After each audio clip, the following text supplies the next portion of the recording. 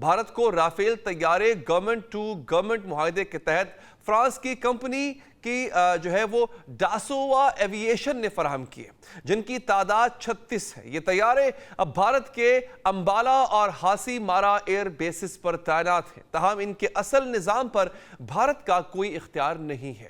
30 April کو بھارتی Rafale طیاروں نے مقبوضہ کشمیر میں پیٹرولنگ کی کوشش کی تھی۔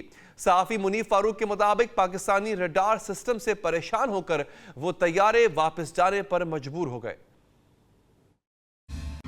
میڈیا پر دفاعی ماہرین کے حوالے سے یہ بھی رپورٹ کیا جا رہا ہے کہ بھارت کی اپنی ٹیکنالوجی اتنی ناقص ہے کہ وہ ان جدید طیاروں میں مقامی اسلحہ شامل کرنے کے لیے بھی فرانس کا محتاج ہے۔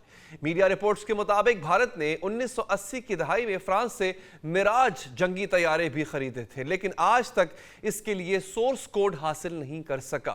اس وجہ سے کئی بھارتی میزائل سسٹمز ان طیاروں کے ساتھ ہم آہنگی نہیں رکھتے۔ یہی صورتحال رافیل کے ساتھ بھی درپیش ہے۔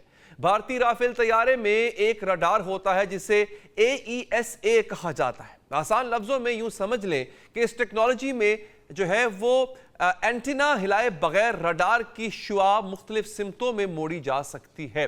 اسی طرح رافیل طیارے میں ایک سسٹم ہوتا ہے MMC ماڈیولر مشن کمپیوٹر۔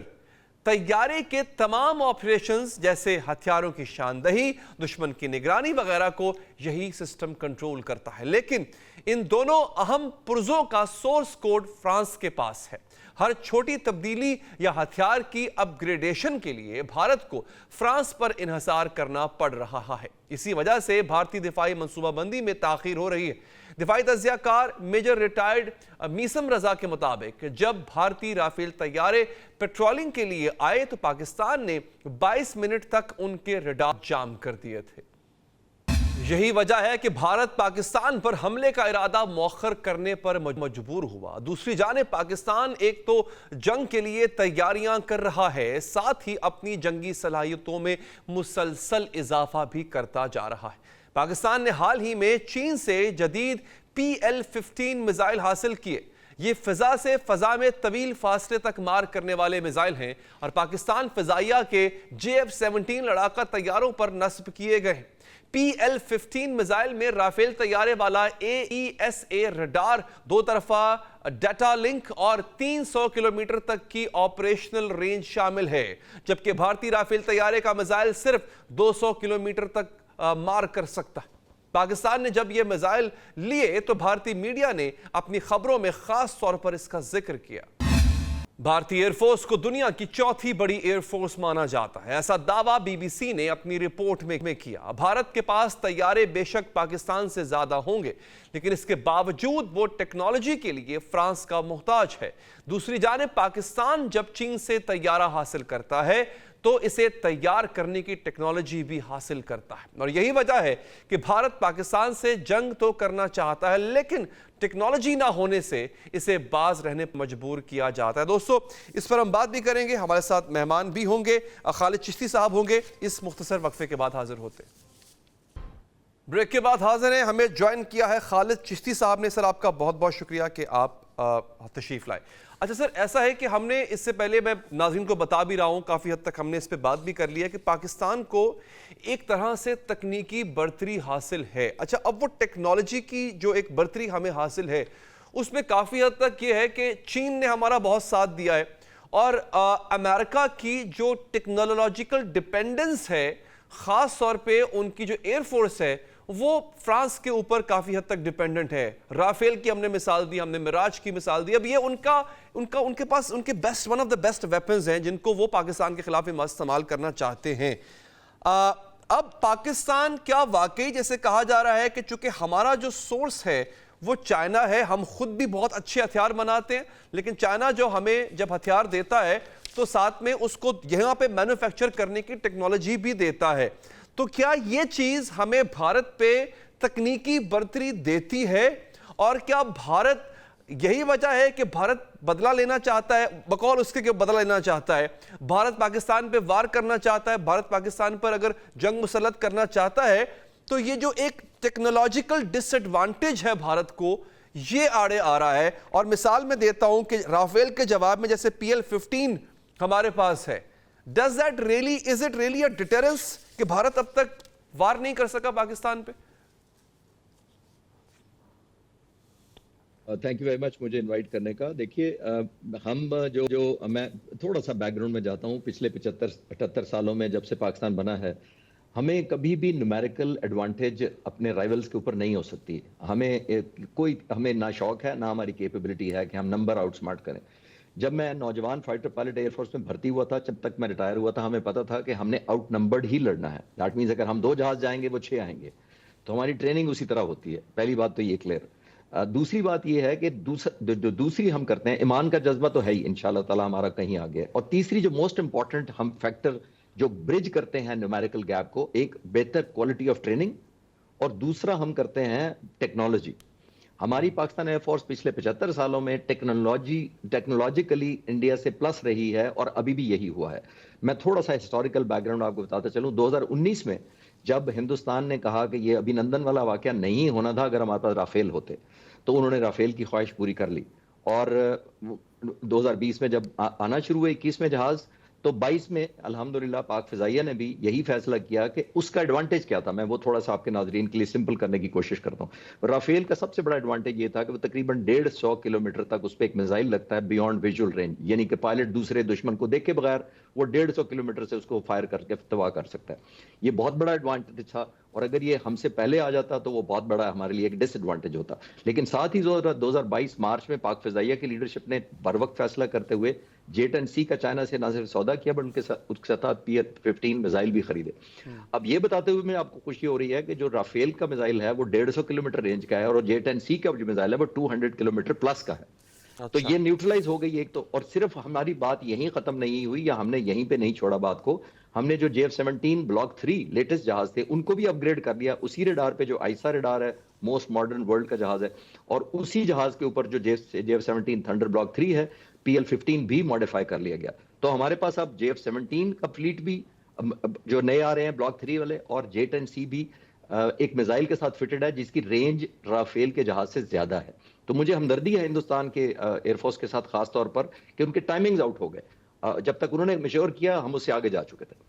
اور ایک اور میں مائنڈ سیٹ میں چینلز پہ بھی کہہ رہا ہوں, باقی چینلز کو بھی عرض کر رہا ہوں کہ دیکھیے مائنڈ سیٹ بھی لیڈرشپ پہ بڑا بیٹھ گا. ہمارے جو فضائیہ کے سربراہ آج تک آئے ہیں, نور خان سے لے کر آج تک, میں ابھی ایک چینل پہ کہہ رہا تھا, میں ریپیٹ کر دیتا ہوں اگر آپ کے ناظرین نے وہاں نہ سنا ہو, تو میں یہ عرض کر رہا تھا کہ 65 کی وار ایئر مارشل نور خان ہمارے ہیڈ کر رہے تھے. جنگ کے بعد کسی نے ان سے پوچھا کہ ایئر مارشل صاحب کیا ڈیلیما تھا, کوئی تھا آپ کی مشکل پیش آئی جنگ میں؟ انہوں نے کہا مجھے مشکل یہ نہیں تھی کہ میں اپنے پائلٹس کو جنگ میں دھکیلوں کیسے, میری مشکل یہ تھی کہ میں اپنے پائلٹس کو جنگ سے روکوں کیسے. اور میں آپ کو شور کر سکتا ہوں کہ پچھلے 60 سال میں آج کا ایئر چیف بھی اسی ڈیلیما میں ہوں گے, کیونکہ آج بھی پائلٹس کی انرجی ہے. میں اپنا ایک چینل چلاتا ہوں خالد چشتی کے نام سے, ڈاکومنٹریز بناتا ہوں یوٹیوب کے. میں نے ابھی ریسنٹلی ایئر فورس کا ایک بہت آپریشنل سب سے فرنٹ بیس وزٹ کیا, اور مجھے سارا دن پائلٹس کے ساتھ گزارنے کا نہ صرف موقع ملا بلکہ میں نے اپنے چینل کے لیے ان کی انٹرویوز ریکارڈ کی. ان کی جو انرجی دیکھ کر مجھے اتنی خوشی ہوئی, کیونکہ میں بھی ایک فائٹر پائلٹ رہا تھا. I could relate easily to them, اور مجھے پرائڈ ہوا کہ یہ بچے ہم سے بھی شاید آگے ہیں ٹیکنالوجی کو انڈرسٹینڈ کرنے میں, ان کو امپلائی کرنے میں, اور انوویٹو اسٹریٹجیز نکالنے کے اندر. تو انشاءاللہ تعالی رافیل کا جو فیکٹر ہوا ہے اس کو ہم نے آؤٹ سمارٹ اس طرح صرف اپنی بہتر لیڈرشپ, ٹائملی ڈیسیژن میکنگ, اور I am sure day and night operational ہے اس وقت. وہ جہاز ہمارے پورے فضاؤں میں اڑ رہے ہیں اس وقت 24 گھنٹے آلموسٹ. اچھا چشتی صاحب, آپ نے ایک بڑی اچھی بات کی ہے کہ آؤٹ نمبرڈ تو وہ ہم رہے ہیں, مطلب ہمارا ایک یہ کہہ لیں کہ ڈس ایڈوانٹیج ہمیں رہا ہے.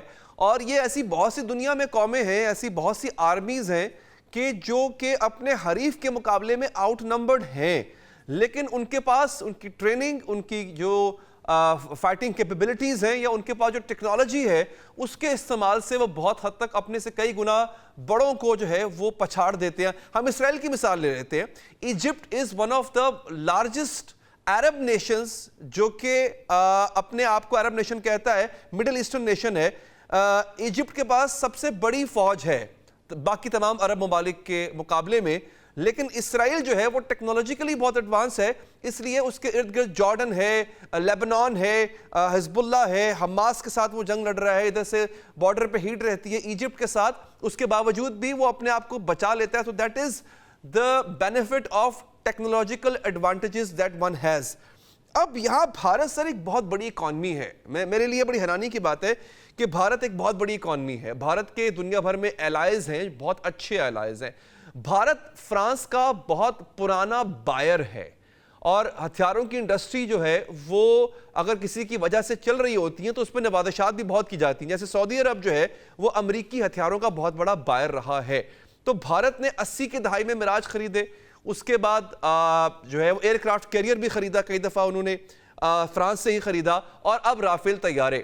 تو کیا یہ بات صحیح ہے کہ بھارت کو جب فرانس طیارے دیتا ہے یا کوئی بھی ہتھیار دیتا ہے اس کا سورس کوڈ نہیں دیتا, اور یہ سورس کوڈ نہ ہونا بھارت کے لیے ایک ٹیکنالوجیکل ڈس ایڈوانٹیج ثابت ہوتا ہے؟ سر پہلے تو یہ بتائیں کہ کیا یہ سورس کوڈ ہوتا کیا ہے اور یہ کیسے آپریٹ کرتا ہے, اس کے ہونے سے کیا فرق پڑتا ہے, نہ ہونے سے کیا فرق پڑتا ہے, اور پاکستان کے پاس جتنی بھی طیارے ہیں کیا ہمارے پاس سورس کوڈ موجود ہے؟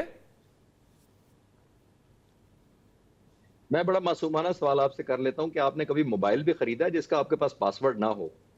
نہیں. تو اگر آپ ایک موبائل نہیں خریدتے جس کا آپ کے پاس پاسورڈ نہ ہو تو آپ ایک فائٹر جہاز کیسے خرید سکتے ہیں؟ اور آیا یہ جو 3 سال سے اڑا رہے تھے رافیل, تو یہ ایروبیٹکس کے لیے اڑا رہے تھے, انہوں نے کبھی نہیں کوسچن کیا ہوگا کہ ہم نے اس سے کبھی میزائل بھی فائر کرنا ہے؟ یہ تو انتہائی میں کہہ رہا ہوں احمقانہ, میں کہہ سکتا ہوں, اس سے زیادہ میں لفظ استعمال نہیں کرنا چاہتا. یہ ریزن دی جا رہی ہے اگر کسی سے دی جا رہی ہے, بٹ میں ایم شور کہ یہ ایئر فورس نہیں دے رہی ہوگی, شاید ان کا میڈیا یہ اٹھا رہا ہوگا. میں کسی پائلٹ کو اتنا, چاہے وہ میرا اینیمی ہو, میں اتنا انسینسیبل نہیں تصور کرتا کہ وہ 3 سال بعد کہے کہ اچھا میرے پاس تو کوڈ ہی نہیں ہے اس جہاز کو اڑانے کے لیے. تو جہاز کس لیے خریدا گیا تھا؟ ڈسپلے کے لیے تو نہیں, اپنے انڈیپینڈنس ڈے پہ تو نہیں اڑانا تھا انہوں نے, اس کو فائر کرنے کے لیے کیا تھا. سو دے تو بہت ہی فنی بات ہے جو یہ مشہور کیا جا رہا ہے کہ جناب یہ سورس کوڈ نہیں تھا. اور ظاہر ہے 2019 میں جب ابھی نندن کو ہم نے مارا تھا تو وہ بہانہ یہ کیا گیا تھا رافیل ہوتے تو بڑا کچھ ہو جاتا. اب رافیل آ گیا تو کہتے ہیں اوہو کوڈ پیچھے رہ گئے. تو یہ اس کا میں کیا جواب دے سکتا ہوں؟ بالکل ٹھیک ہے سر. جیسے صاحب, it was a very insightful discussion with you. Thank you so much کہ آپ نے ہمارے لیے ٹائم نکالا. ناظرین یہاں پر ایک وقفہ لیں گے اور وقفے کے بعد حاضر ہوں گے. بریک کے بعد حاضر ناظرین, امریکیوں نے چینیوں کو تانا دیا کہ کیا وجہ ہے کہ اقوام متحدہ سے لے کر ہر سفارتی محاذ تلک, معاشی میدان سے خلائی پروگرام تک ہر موقع پر چین پاکستان کی مدد کرتا ہے. جواباً چینی سفارتکار نے ایک ہی جملے میں امریکی حکام کی بولتی بند کر دی. چین کا کہنا تھا کہ پاکستان ہمارا اسرائیل ہے, جیسے اسرائیل کی ہر غلطی کی تعویل امریکہ کے پاس ہے, جیسے واشنگٹن ہر اسرائیلی جبر کا جواب دینے کے لیے تیار ہوتا ہے, اسی طرح چین بھی پاکستان کی مدد کرتا ہے. اگر امریکیوں کو اسرائیل عزیز ہے تو چین کے لیے پاکستان کی دوستی اہم ہے. چین کی جانب سے یہ اعلان محض بیان کی حد تک محدود نہیں ہے, بلکہ بیجنگ نے یہ اپنے عمل سے ثابت بھی کیا ہے, اور چین نے پاکستان کے ساتھ یہ دوستی امریکہ ہی کی نصیحت پر عمل کرتے ہوئے پوری کی. 1971 میں سابق امریکی secretary of state Henry Kissinger Islamabad سے ایک خفیہ اڑان کے ذریعے چینی رہنماؤں سے ملاقات کے لیے بیجنگ پہنچے. پیپلز ہال میں جب بات چیت ختم ہوئی تو ماؤ زے تونگ نے ہنری کسنجر سے مخاطب ہوتے ہوئے کہا, جس پل سے گزر کر آپ چین پہنچے ہیں اسے مت بھولیے. یہ پل پاکستان تھا جس نے امریکہ اور چین کو ایک دوسرے کے قریب لانے میں اہم کردار ادا کیا. پاکستان کے اس کردار کی قدر کرتے ہوئے چین نے نہ صرف خود اسے اب تک یاد رکھا ہے, بلکہ انہوں نے امریکہ پر بھی واضح کر دیا کہ وہ پاکستان کے کردار کو نہایت اہم سمجھتے. جنوبی ایشیا اس وقت جنگ کے دہانے پر کھڑا ہے, جہاں اس جنگ کو روکنے کے لیے سفارتی سطح پر بڑی کوشش کی جا رہی ہے. وہیں چین کی جانب سے پاکستان کی بھرپور حمایت کا اعلان کر دیا گیا ہے. چین کے وزیر خارجہ کی جانب سے جاری بیان میں کہا گیا ہے کہ ہم پاکستان کے جائز سیکیورٹی خدشات کو مکمل طور پر سمجھتے. چین ہمیشہ پاکستان کی دہشت گردی کے خلاف اقدامات کی حمایت کرتا ہے. انہوں نے مزید کہا کہ چین پاکستان کی خود مختاری اور سلامتی کے تحفظ میں اس کی حمایت کرتا ہے. اسی دوران چینی دفاعی امور کے تجزیہ کاروں نے بھی بھارتی میڈیا پر پاکستان کی حمایت کے عزم کا اظہار کیا. سوال یہ ہے کہ ممکنہ جنگ کے دوران چین پاکستان کی کیسے مدد کر سکتا ہے؟ چین جنوبی ایشیا میں جنگ کے خطرات کم کرنے میں کس حد تک کردار ادا کر سکتا؟ ماضی میں چین نے پاکستان کے ساتھ کن کن مواقع پر تعاون کیا؟ سوال تو یہ بھی ہے کہ ماضی کی نسبت اب حالات کتنے مختلف ہیں۔ چین نے سب سے پہلے پہلگام واقعے پر اقوام متحدہ کی سیکیورٹی کونسل میں بھارتی بیانیے پر مبنی قرارداد کو رکوانے میں پاکستانی موقف کی تائید کی، اور پہلی دفعہ اس واقعے پر بھارت اپنا بیانیہ لانے میں ناکام ہوا۔ جس طرح امریکہ نے اسرائیل کو دفاعی طور پر مضبوط کیا، ایسے ہی چین نے پاکستان کا دفاع مضبوط کرنے میں تعاون کیا۔ بھارت نے فرانس سے رافیل طیارے دیے، جس سے بھارت 2019 کی سبکی مٹانے کے لیے پرعزم تھا، لیکن چین نے پاکستان کو PL-15 میزائل دے دیے، جنہیں رافیل کا توڑ سمجھا جاتا ہے۔ بات یہاں تک محدود ہی نہیں بلکہ stock home international peace research institute کی ایک رپورٹ کے مطابق گزشتہ 5 برسوں کے دوران پاکستان میں ہتھیاروں کی درآمد کا 81% حصہ چین سے خریدا گیا، جبکہ چین نے پاکستان 5.28 ارب ڈالر کے ہتھیار پاکستان کو فروخت کیے، جو اس کی جانب سے ہتھیاروں کی عالمی برآمدات کا 63% حصہ ہے۔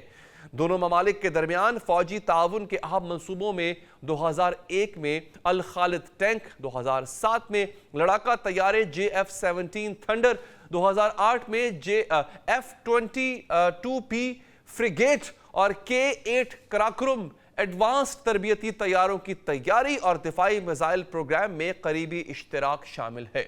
دونوں ممالک کی افواج کئی مشترکہ فوجی مشقیں بھی کر چکی۔ پاکستان کی کوششوں سے چین کو اقوام متحدہ میں ویٹو پار ملا تو چین نے اس کا بھرپور استعمال کیا۔ جب بھارت نے پاکستان کے خلاف کوئی بھی قرارداد لانے کی کوشش کی، پاکستان کا تعلق دہشت گردی سے جوڑنے کی کوشش کی، چین نے ویٹو پار استعمال کرتے ہوئے بھارتی کوششوں کو ناکام بنا دیا۔ چین نے پاک چائنا تعلقات کی ابتدا سے ہی پاکستان کو فائدہ پہنچانے کی کوشش کی۔ 1962 میں چین نے بھارت پر حملہ کیا۔ امکان تھا کہ پاکستان اس جنگ سے فائدہ حاصل کر لیتا۔ جنرل ایوب خان کی حکومت میں اعلیٰ سرکاری عہدوں پر رہنے والے قدرت اللہ شہاب اپنی آپ بھی تھی۔ شہاب نامہ میں لکھتے ہیں کہ بھارت پر حملے سے 5 گھنٹے قبل چینی حکومت نے پاکستانی گورنمنٹ کو ایک انتہائی خفیہ پیغام بھجوایا۔ اس میں درج تھا کہ چین بھارت پر حملہ کر رہا ہے، پاکستان کو چاہیے کہ وہ بھی مقبوضہ جموں و کشمیر کو آزاد کرانے کی خاطر ریاست پر دھاوا بول دے۔ بھارتی فوج چینی و پاکستانی افواج کے حملے نہیں سہ سکتی، چنانچہ پاک فوج 2 دن میں جموں و کشمیر فتح کر لے گی۔ مرحوم قدرت اللہ شہاب مزید لکھتے ہیں، صدر مملکت جنرل ایوب خان ابھی حملہ کرنے کے بارے میں تذبذب کا شکار تھے کہ امریکی و برطانوی طاقتیں ان پر دباؤ ڈالنے لگیں کہ بھارت پر حملہ نہ کیا جائے۔ ان عالمی طاقتوں نے ایوب خان کو یقین دہانی کرائی کہ وہ بعد ازاں بھارتی حکومت پر دباؤ ڈال کر مسئلہ کشمیر حل کرا دیں گے۔ دونوں ممالک کے درمیان تعلقات کو 80 اور 90 کی دہائی میں فروغ ملا۔ دونوں نے دفاع، تجارت، اس میں تعاون کو وسعت دی۔ 2024 میں چین اور پاکستان کے درمیان کل 2 طرفہ تجارتی مالیت 23.1 ارب امریکی ڈالر تک پہنچ گئے۔ چین پاکستان تعلقات کا داستان طویل ہے۔ دونوں ممالک کے تعلقات کو کبھی پراکسیز کے ذریعے اور کبھی جھوٹی رپورٹس کے لیے سبوتاژ کرنے کی کوشش کی گئی، لیکن ہر موسم، تمام حالات میں یہ دوستی قائم اور دائر رہی اور قائم رہے گی۔ اس کے ساتھ ہی ناظرین، پروگرام سے اب تک کے لیے اتنا ہی۔ مجھے دیجیے اجازت۔ اللہ نگہبان۔